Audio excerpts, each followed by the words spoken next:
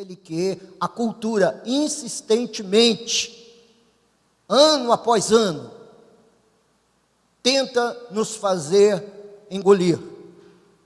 E é dolorosíssimo para o pastor ver as crianças da escola dominical aparecendo fantasiadas com gorrinhos do Papai Noel, ou mesmo sentadas no colo de um homem estranho, que nós não sabemos quem é, que se põe em guarda nos shopping centers da cidade, oferecendo sua imagem horrorosa para fazer parte do nosso álbum de família.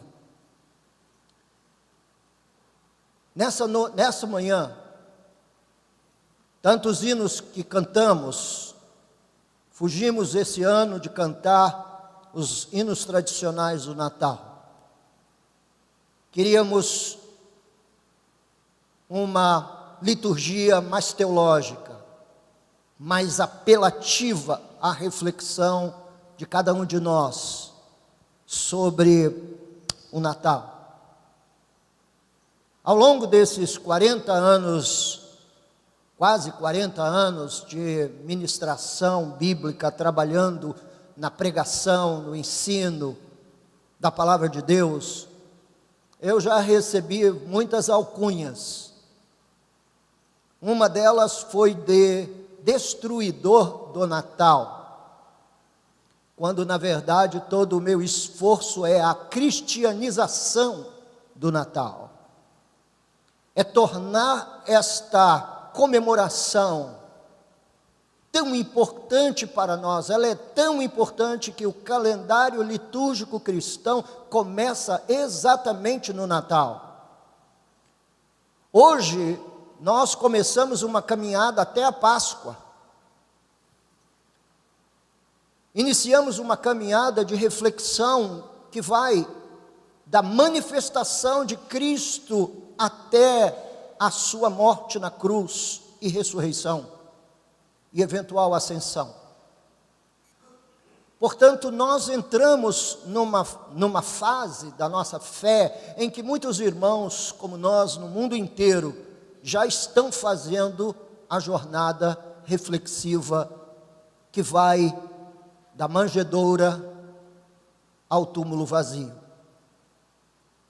E não seria justo assumir o púlpito da igreja para exaltar estas figuras e juntamente com elas exaltar a mensagem que cada uma delas transmite, que é uma mensagem de prosperidade, de glória, de encanto, de luxo.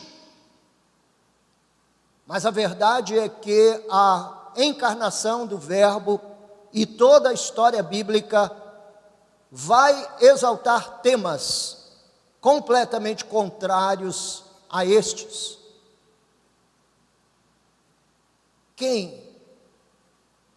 Qual é o cristão sério que nunca pensou no esvaziamento do Filho de Deus?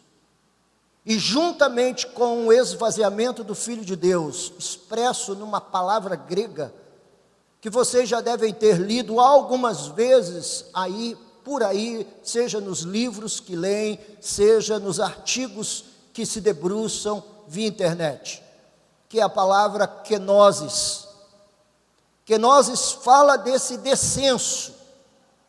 Nós pregamos muito sobre a ascensão de Jesus, e todos nós sabemos que assim como ele subiu, descerá. Mas antes de subir, ele desceu e assumiu a forma humana, uma forma que ele foi o único que escolheu. Se você escolhesse a sua condição social antes de nascer,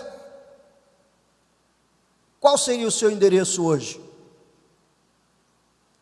Você escolheria nascer numa família rica ou numa família pobre?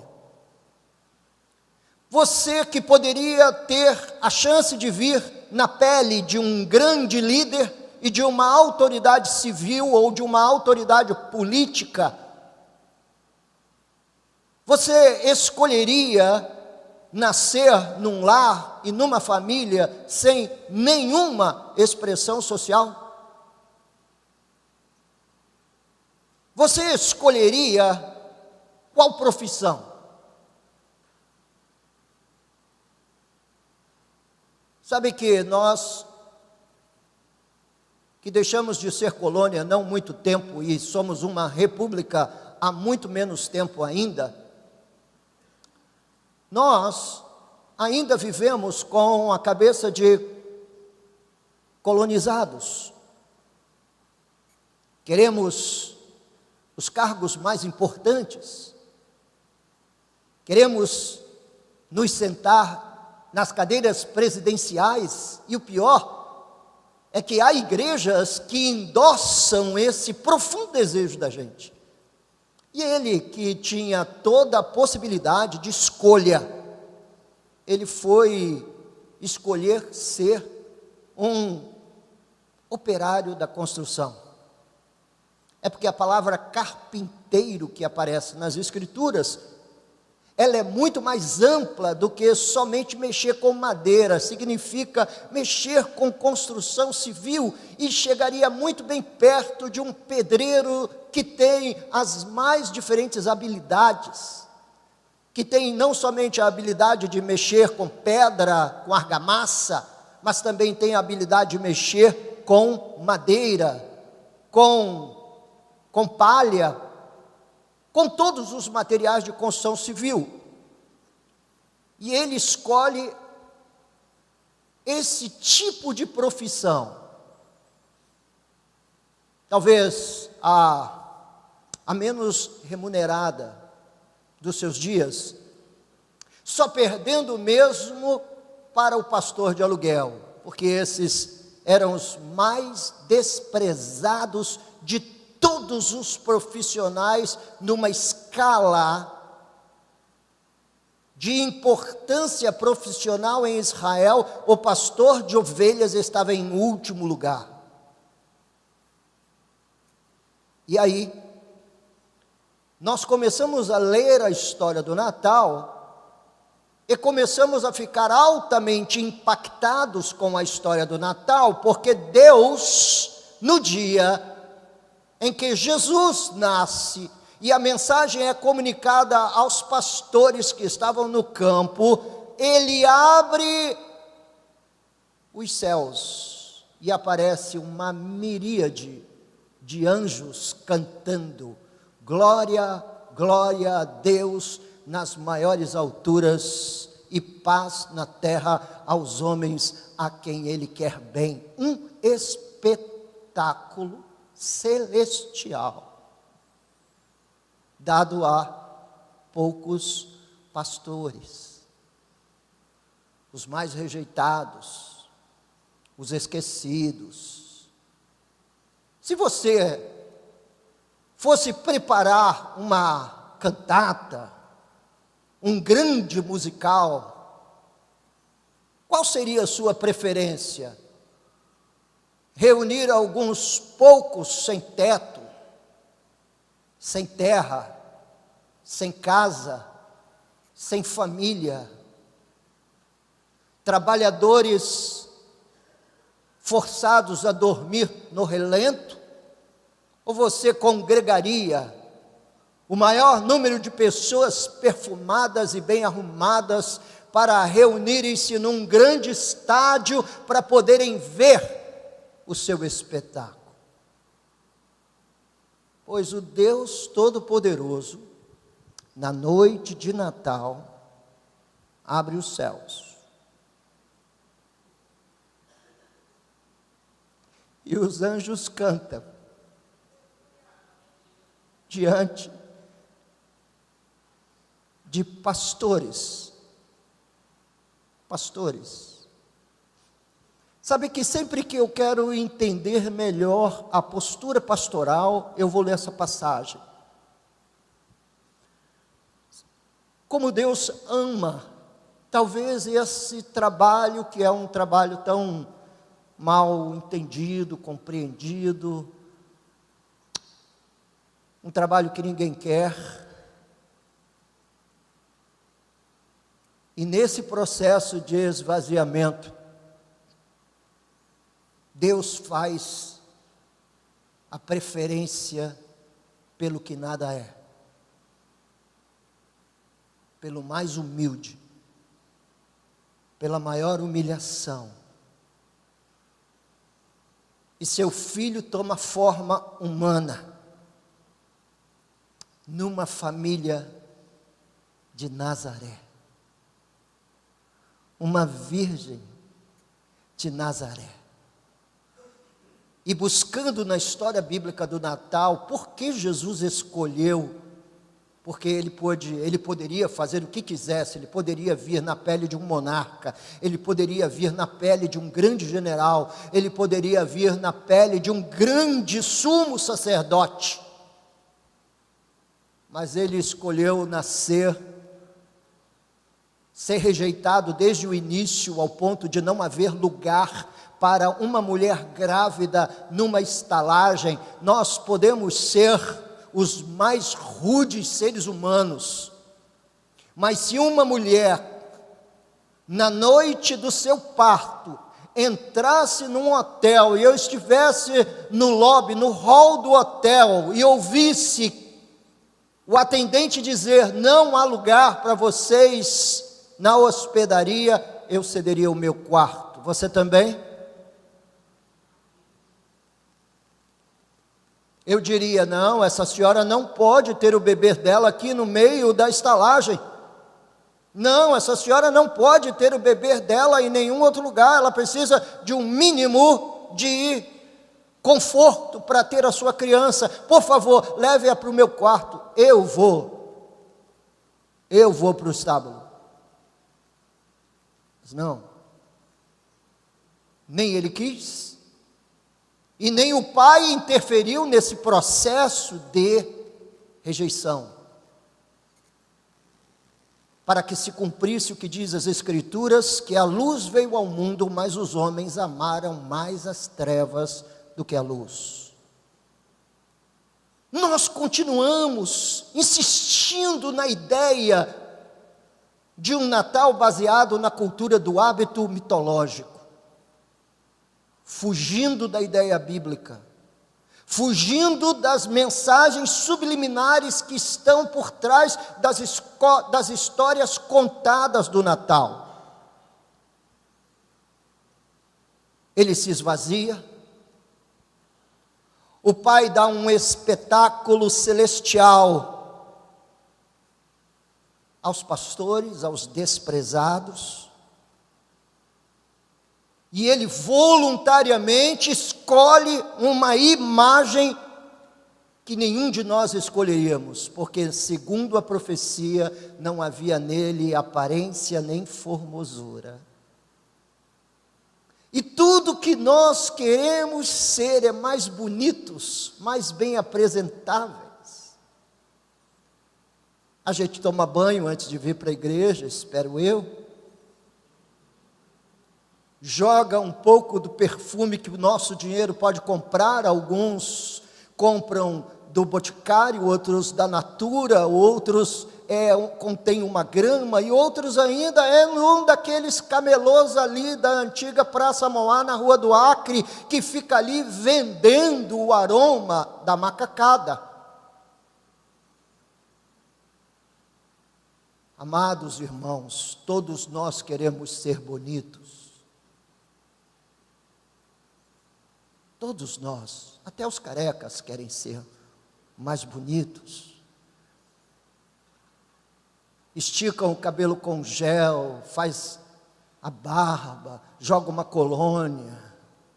Nós nos vestimos melhor, eu ponho um terno para honrar a audiência, você também, abre o seu guarda-roupa, tira de lá a melhor roupa. Mas o mais incrível de tudo é que ele quis encarnar na pessoa de um homem sem aparência.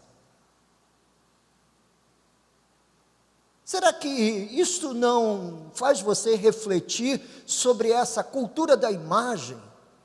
essa cultura do luxo, que hoje nós vivemos, e o pior, nós gostamos dela e achamos que no dia 25 de dezembro, ou na noite do dia 24 para o dia 25, o que os ingleses chamam de Christmas Eve, nós estamos celebrando realmente o nascimento de Jesus, quando na maior parte das casas dos cristãos nenhuma oração é feita, nenhum canto é erguido, nenhum texto da Bíblia é aberto. E por causa desse discurso, muitas vezes eu já fui acusado de destruidor do Natal. Não, eu não quero destruir, eu só quero cristianizá-lo, torná-lo mais escriturístico, destruir sem culpa os ídolos e os mitos, como Gideão destruiu os ídolos e os mitos do seu tempo. Outros ainda, que poderiam facilmente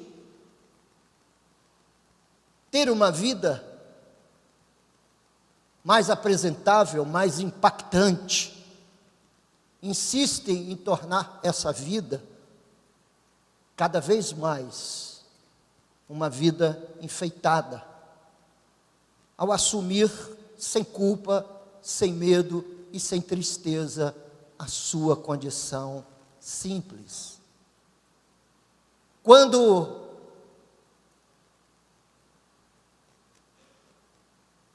Herodes mandou perguntar a Jesus, mandou falar com Jesus se ele era o Messias, exatamente na altura que João Batista também havia mandado emissários para perguntá-lo se ele era o Messias, ele respondeu: ide e dizei àquela raposa, que hoje, amanhã e depois eu curo os enfermos e prego o evangelho aos pobres. Jesus tinha outras preferências, que nada tem a ver com a nossa. Onde você moraria se pudesse escolher? Sabe como se chamam os novos moradores da Barra da Tijuca? Como é que se chama? Pessoal que sai aí da Emergentes. Eles estão subindo na escala social, porque mudaram o nome da rua, quando eles vão encher qualquer formulário, são chamados de emergentes, em outras palavras, estão subindo na vida. Se você quiser me deixar irritado, fala isso para mim, que eu vou virar aquele Saraiva, sabe? Lembra do Saraiva? Subindo na vida, evoluindo na vida, pois ele poderia morar num palácio em Jerusalém, de frente para a rua do mercado, e ele foi morar em Nazaré, aquela que era, na verdade, a cidade que todos faziam chacota dela, dizendo: pode alguma coisa boa vir de Nazaré? Assim como de nós. Uma vez, um colega de ministério chegou para mim e disse assim: você é muita areia para aquela igreja, você é muita areia para aquela igreja, o seu lugar não é ali, o senhor está muito enganado, meu lugar é onde Deus me quer. E aquela areia que você supõe que eu tenho, eu não tenho não, quem tem é Deus, é Ele que enche o caminhão todo domingo. É Ele que põe lá todo domingo, caso contrário eu não teria.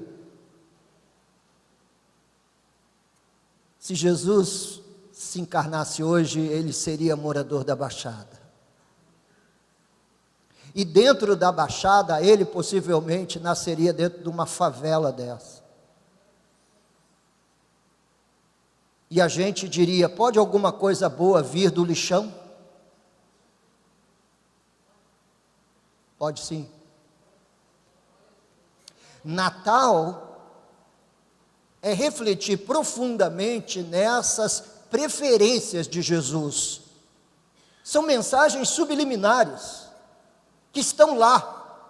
Ele poderia escolher ser morador de Nazaré, ou até trocar de casa com Pedro, porque Pedro morava muito bem, ele morava numa casa de frente para o Mar da Galileia. Ou, se eu comprasse um apartamento na Avenida Sernambetiba ou na Delfim Moreira, vocês iriam ficar altamente escandalizados comigo, mas Pedro morava num apartamento, numa casa de frente para o Mar da Galileia, e uma casa pequena. A ser verdadeiros escombros que eu visitei em Israel, era uma casinha pequenininha. Jesus chegou a dizer que nem mesmo possuía uma casa. Ele disse que as aves dos céus têm seus ninhos, as raposas têm os seus covis, mas ele não tem onde reclinar a cabeça. Essas são as mensagens subliminares do Natal que não entram na cabeça de ninguém. É que no descenso, nesse trabalho de humilhação própria, nesse trabalho de esvaziamento, ele escolheu ser um carpinteiro. E eu já me coloquei muitas vezes pensando, por que ele escolheu José e Maria para serem seus tutores, enquanto era apenas um infantezinho? A vida de José é pouco declarada na Bíblia. Você não encontra informações suficientes na Bíblia para construir um perfil do personagem José. Mas tem uma coisa.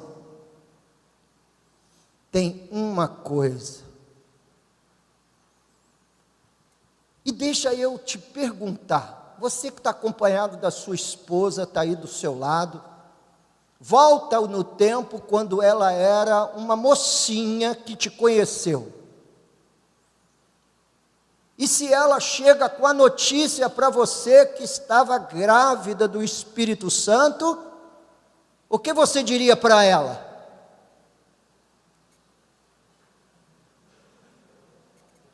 Fala para mim o que você diria para ela. O seu discurso seria assim: você pensa que eu sou tolo ou o quê? Com quem você esteve na noite passada, há 2 ou 3 meses atrás? Mas José, imaginando sim que Maria estava grávida naturalmente de um outro homem, ele arruma as suas trouxas e intenta deixá-la secretamente, levando consigo a culpa de tê-la. Os irmãos estão entendendo? Provocado, feito filho e fugido, levando sobre si a pecha de mau caráter. Falem de mim, mas não falem dela. Isso demonstra que se tratava de um homem de bom coração, de boa intenção, de boa índole. Esse homem é visitado por um anjo. Esse anjo que visita José diz para ele: não temas receber Maria como tua mulher, porque o que nela está sendo gerado é obra do Espírito Santo. Portanto, demonstra que José era um homem de fé. Depois disto, ele desaparece da cena bíblica. E a grande justificativa para Jesus morar na casa dele 30 anos, ou enquanto ele viveu, a grande justificativa moral é que ele era um homem de caráter. Natal precisa ser celebrada por gente que na sua mente e no seu coração percebem a importância de ser gente de caráter. Esse negócio de estourar champanhe no entorno da árvore de Natal, com a presença de algum tio seu fantasiado de Papai Noel, essa não é a vívida e a real representação bíblica da grande celebração da encarnação do Verbo. Então Jesus escolhe ir viver numa família pobre, numa cidade que não valia nada, porque nada cresce em Nazaré. O único animal que pode ser criado em Nazaré era a cabra. Eu voltei lá, eu estive lá em 1991 e não vi nada, nem cachorro. Nem cachorro gostava de andar pelas ruas de Nazaré, porque cachorro também não quer andar numa cidade onde só há sobe e desce. Nem cachorro encontrei na rua de Nazaré. Aí Deus escolhe o caminho da humilhação, Ele escolhe o caminho da contramão do espetacular, Ele escolhe identificar-se com o simples, com o comum, Ele escolhe ser feio. Gente, na nossa cultura, ninguém paga um cirurgião plástico para ficar mais feio. Você conhece alguém que vai ao cirurgião plástico e diz assim: meu nariz é muito perfeito, faz-me ter um nariz como de um judeu, com um bico de papagaio assim? As senhoras não chegam lá dizendo assim: olha, eu acabei de fazer uma prática de 4 ou 5 anos na academia para ter esse corpo de tanquinho, mas eu olhei uma senhora barriguda na praia, como eu desejei ser como ela. Será que você pode me colocar assim alguns silicones em volta para eu parecer uma mulher mais feia? Queridas irmãs, cujo sonho são litros de silicone espalhados no corpo. Queridas irmãs, amigas da chapinha, da escova progressiva, do Coleston, da mistura de cores, do luzes, fazer luzes no cabelo, que inveja os carecas têm de vocês. Mas ninguém investe numa aparência pobre. Até os mais feios querem parecer menos feios. Mas ele faz uma escolha contracultural. Porque até mesmo nos dias de Jesus haviam aqueles que se vestiam bem. Quando Jesus quer falar acerca de João Batista, ele diz: a quem viestes encontrar e ouvir? Um homem vestido com vestes esplendorosas? Porque João Batista era mais ou menos um sujeito que também não gastava dinheiro com a barbearia nem com o salão de beleza. João Batista não era um sujeito que ia ao barbeiro para ele fazer uma massagem numa barba cremosa, né, passar um creme amaciador na barba. Ele não ia entrar numa loja para comprar um terno Gucci ou Armani ou Calvin Klein. João Batista se vestia de peles de animais, cabelos desgrenhados, barba por fazer, enorme, sem aparar os cantos, porque era proibido aos judeus. Por isso você vê os judeus com essas barbas totalmente desarrumadas, porque era proibido na lei aparar o canto das barbas. E ele escolhe vir feio, porque a beleza de Jesus não estava na sua estampa. Na verdade, a beleza de Jesus estava na sua mensagem, porque ninguém jamais falou como ele. Ninguém jamais falou como ele. Natal é, de certa maneira, colocar o coração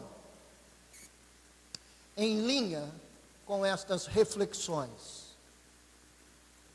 Não para que a gente abandone ou abdique do sabonete, de um bom perfume, do cabelo cortado, da barba parada e de uma roupa limpa. Não. Mas a verdade, meus irmãos, essas mensagens subliminares, escondidas por trás da história do Natal, é para que nós aprendamos a celebrar corretamente e a perceber corretamente quais eram as ênfases e as prioridades do Filho de Deus. A prioridade dele era o pecador perdido, porque para isso ele se manifestou. Ele também teve uma preferência bastante importante e de alto poder corretivo para nós nessa manhã. Abra comigo sua Bíblia, na carta aos Gálatas. Carta aos Gálatas.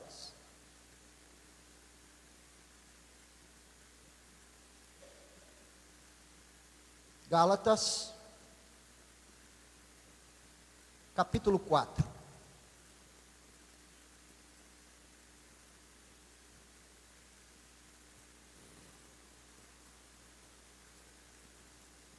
A partir do versículo 1. Essa é uma mensagem onde eu tirei de cena os reis magos, tirei de cena a estrela brilhante, condutora, tirei de cena uma série de elementos literais e declarados na história, para chamar a atenção a você nas motivações por trás da encarnação. Dizendo para você, apoiado num ponto, ele tinha todo o direito de escolher sua imagem, a casa que iria nascer, sua condição social, a cidade em que ia morar, e fez escolhas diferentes daquelas que qualquer um de nós faria, para mostrar para nós que os caminhos de Deus são mais altos que os nossos, e para mostrar para nós que Deus não pensa como nós pensamos. Gálatas capítulo 4 diz: digo, pois, que durante o tempo em que o herdeiro é menor, em nada difere de escravo, posto que é ele senhor de tudo, mas está sob tutores e curadores, até o tempo predeterminado pelo Pai. Portanto, a ideia central do texto de Gálatas 4 vai girar em torno do tempo.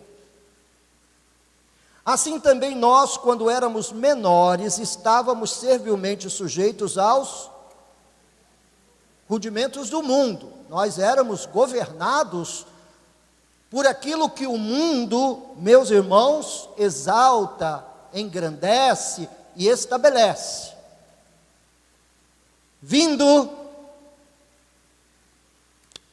Estou lendo aqui no celular, só um minuto. Vindo, porém, a plenitude do tempo, Deus enviou seu Filho, nascido de mulher, nascido sob a lei, para resgatar os que estavam sob a lei, a fim de que recebêssemos a adoção de filhos. Portanto, Natal é Deus abrindo a porta da sua família para receber filhos. E ele fez isso, diz o texto, na plenitude dos tempos. Ele não fez nem adiantado, nem atrasado. E essa é uma lição muito grande para os que brigam com o relógio. Para aqueles que não têm uma vida muito arrumada em torno do tempo. Atrasam-se com muita facilidade e nunca se adiantam. Talvez a gente tivesse que aprender um pouquinho com o nosso Criador, que fez com que Jesus se manifestasse no tempo certo. E quando ele foi cutucado por Maria, sua mãe, na festa de Caná da Galileia, disse para ela: mulher, não é chegada a minha hora. Mas depois, dobrando o joelho, aproximando-se do ato da cruz, lá em João capítulo 17, ele ora dizendo: Pai, glorifica o teu filho, é chegada a minha hora. Portanto, Jesus andava num relógio cósmico, certinho, o Deus atemporal,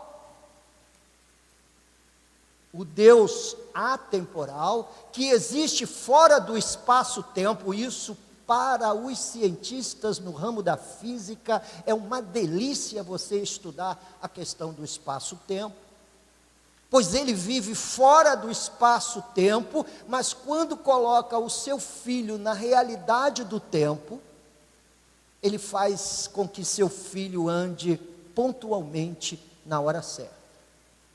Essa seria uma grande lição a se aprender neste Natal.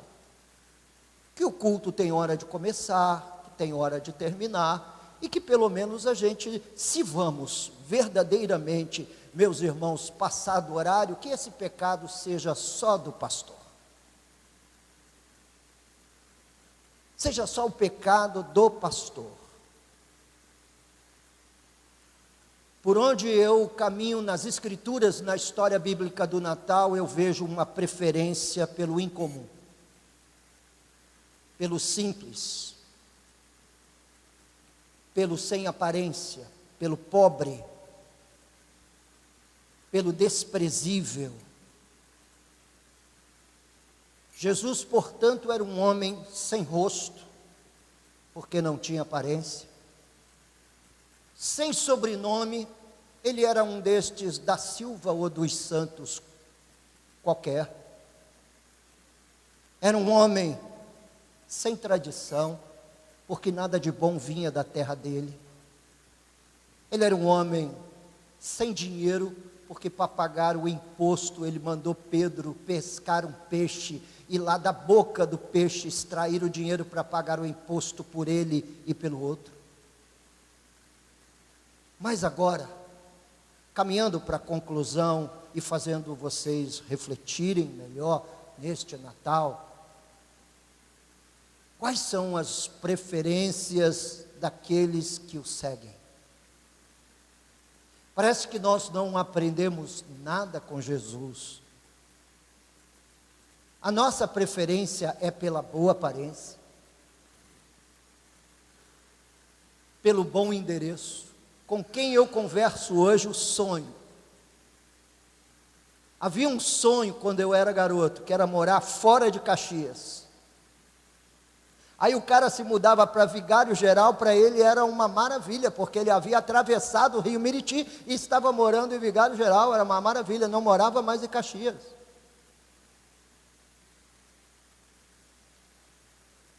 Depois o sonho migrou para mudar do Rio de Janeiro. Hoje eu converso com alguns jovens, umas famílias da igreja, dizem: eu tenho um sonho de sair do Rio de Janeiro. E quando ganha um pouquinho de dinheiro, o sonho é ir para o Canadá ou para os Estados Unidos.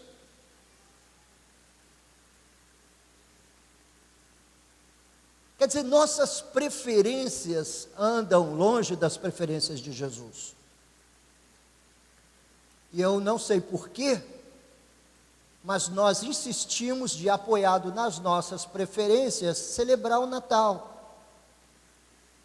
Se você chegar na minha casa no dia do Natal, eu estou comendo, tomando a ceia, com a minha pior roupa. Para tentar, de alguma maneira, embora distante, me assemelhar a Jesus. Aí eu estou com a pior roupa. Eu ponho um chinelo havaiano, a calça jeans mais velha que eu tenho, que a minha mulher nem me deixa usar às vezes, porque ela diz que é uma vergonha eu ir na rua e as pessoas me verem desse jeito, vão pensar que a mulher dele é relaxada. Teoria da Lourdes, né, Lourdes? E eu ponho essa calça, eu ponho essa sandália, procuro a camiseta mais velhinha, e vou cultuar a Deus com a família.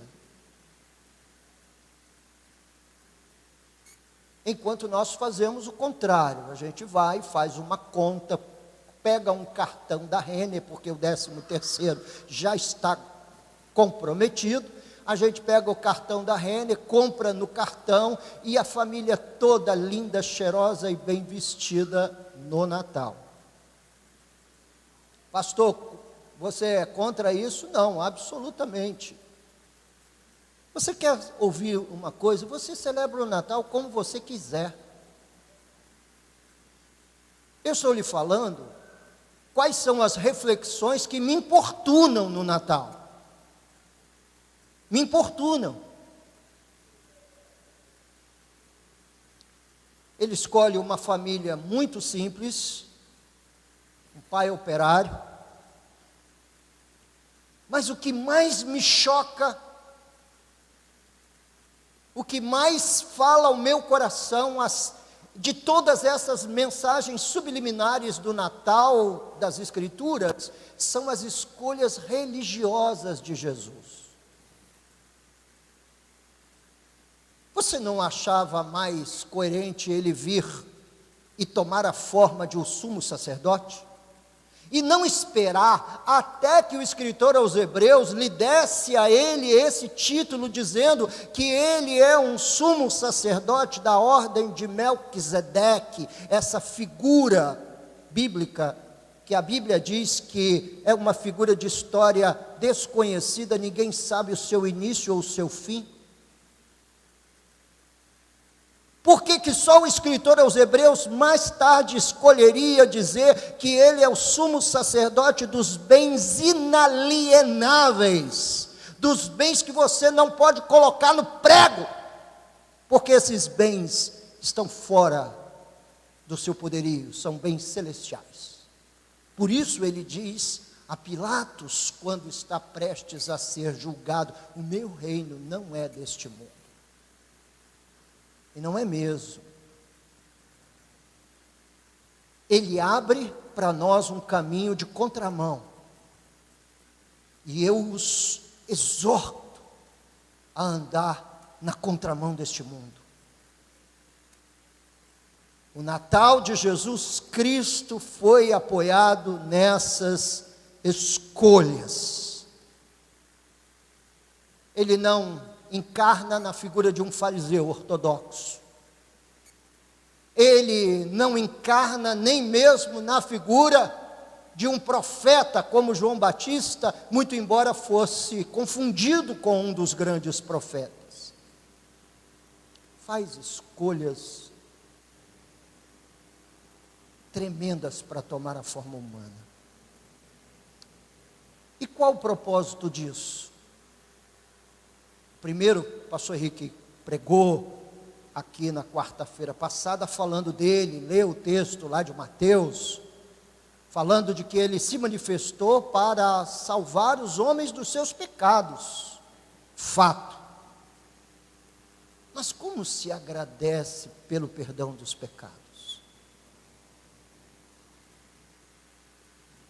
Qual é a maneira certa de você dizer obrigado pela minha salvação?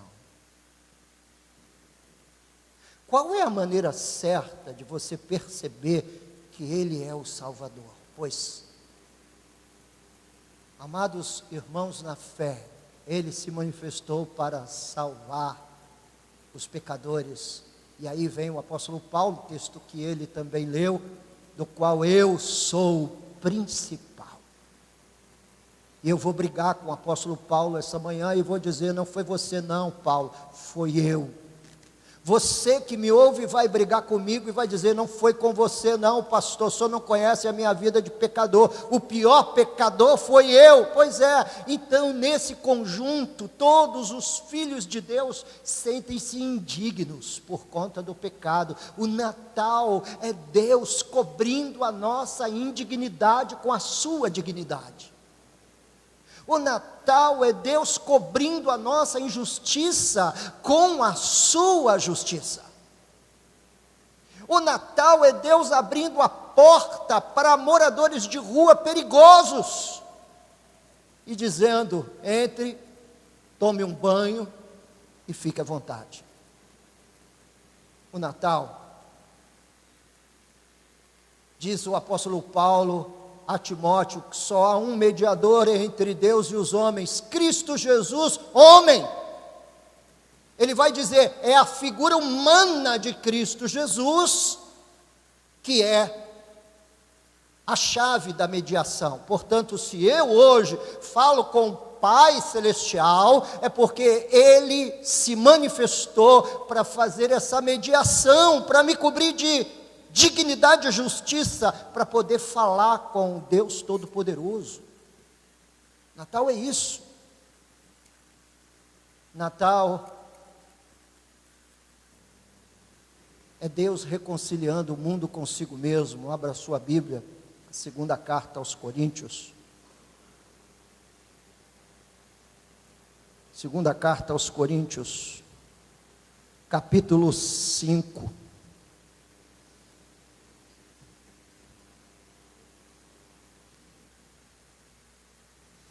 Capítulo 5.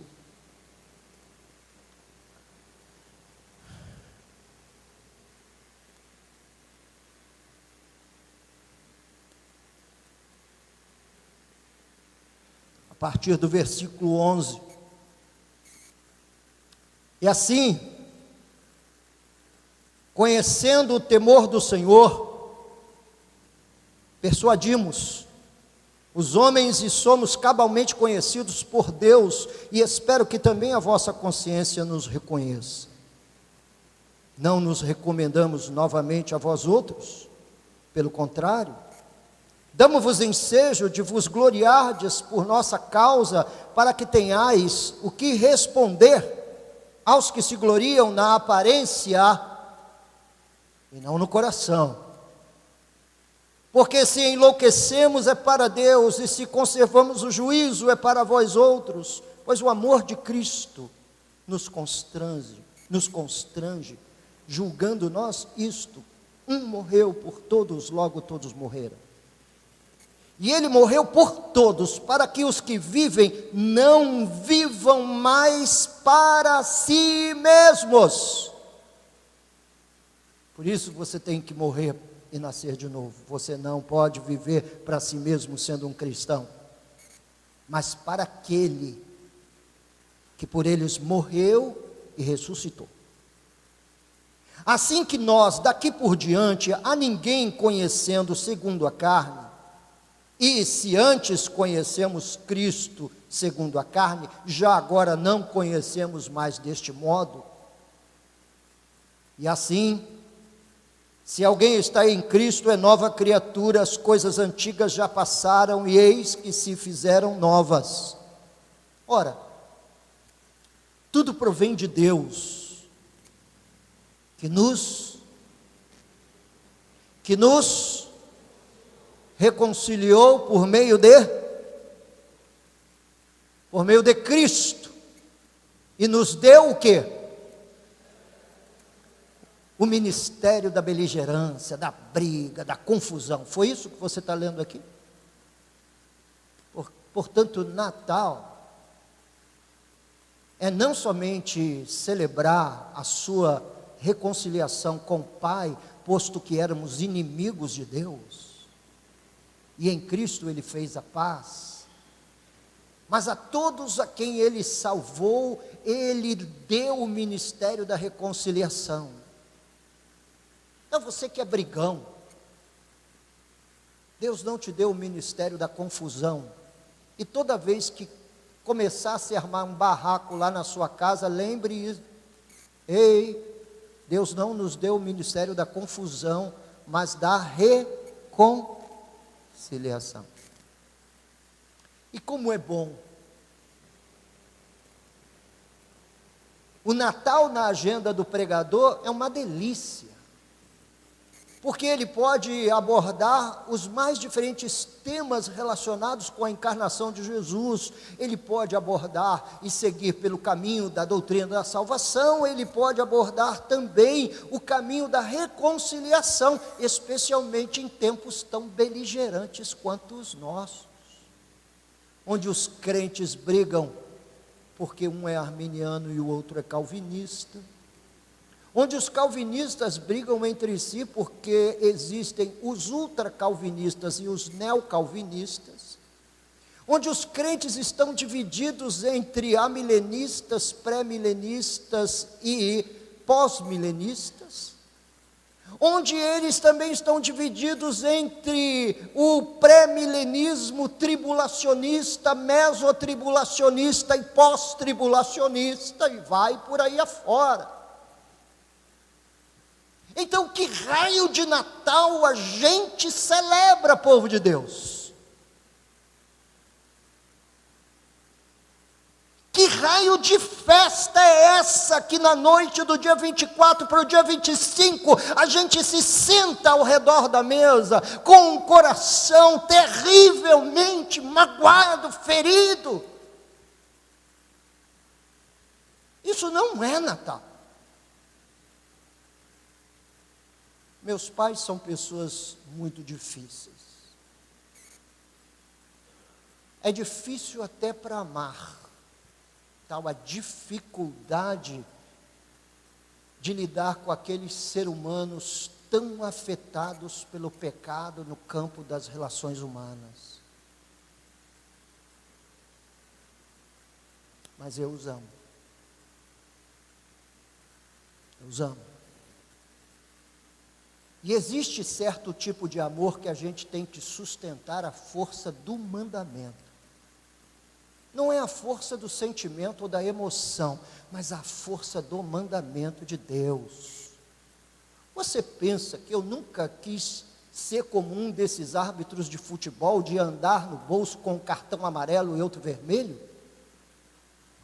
Eu gostaria de andar com um cartão amarelo e dar para um, olha, entrada perigosa, entrou por trás, fez uma falta no irmão, que você agora, olha, põe tuas barbas de molho, cara, o próximo será para a rua. Eu costumo dizer que a prática do pastorado é a profissão, que nesse caso humano, uma vez que existe todo um critério para ser pastor, pelo menos dentro da Nova Vida, também se transformou numa carreira. Quando existe uma série de regulamentações para o ofício pastoral, você regulamenta a carreira, tem uma carreira, tem todo o escopo de carreira. A gente só não tem o direito de mandar embora, de assinar carta de demissão.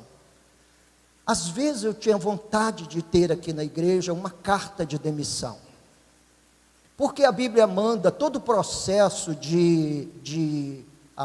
disciplinar da Bíblia é o seguinte: se um irmão pecar contra ti, vai você e ele só resolver a questão. Se ele não te ouvir, leva mais um ou dois irmãos juntamente com você. Se não ouvir, leva a igreja. E se não ouvir a igreja, considere o quê? Um gentio. Portanto, o processo é pior do que o impeachment do Gilmar Mendes. Se existe um problema na questão da ordem disciplinar na igreja, é um processo que, se levado em conta com rigor das Escrituras, a gente não tem condição de mandar o sujeito embora. Não tem como empichá-lo. Não tem como dizer, você agora não é bem-vindo aqui, meu chapa. Porque como é que você pode acomodar isso com o Evangelho da Graça? Então você vai e conversa, aí o irmão olha para você, pastor, me desculpe, estou arrependido. Pronto, 0-0 de novo. E aí você que está levando o cartão vermelho no bolso, diz, enfia o cartão vermelho no bolso, e diz, glória a Deus, e segue o rumo. Então Natal, concluindo meu sermão, Natal é a pregação viva de que Deus quer que seu povo ande na contramão do mundo. Natal é a pregação viva de que nós não podemos ser salvos por nós mesmos, precisamos de um Salvador. E Natal é Deus impedindo que você siga pelo caminho da inimizade. Por quê? Porque Ele nos deu um ministério da reconciliação. Então, gente, quando a gente olha para o Natal das Escrituras e o Natal da cultura, só um louco desavisado, sem pastor, porque se tiver um pastor vai chamar a atenção dele para as Escrituras, sem pastor. E você quer ver como é o Natal numa igreja sem pastor? As crianças entram vestidas de anjinho, uma segurando um bonequinho falando que é Maria, outra segurando um barbeado, assim, um sujeito barbudo dizendo que é José. Lembrando da noite, esquecendo a mensagem e falando sério. O mais importante é a mensagem. Que Deus o abençoe. Vamos ficar de pé.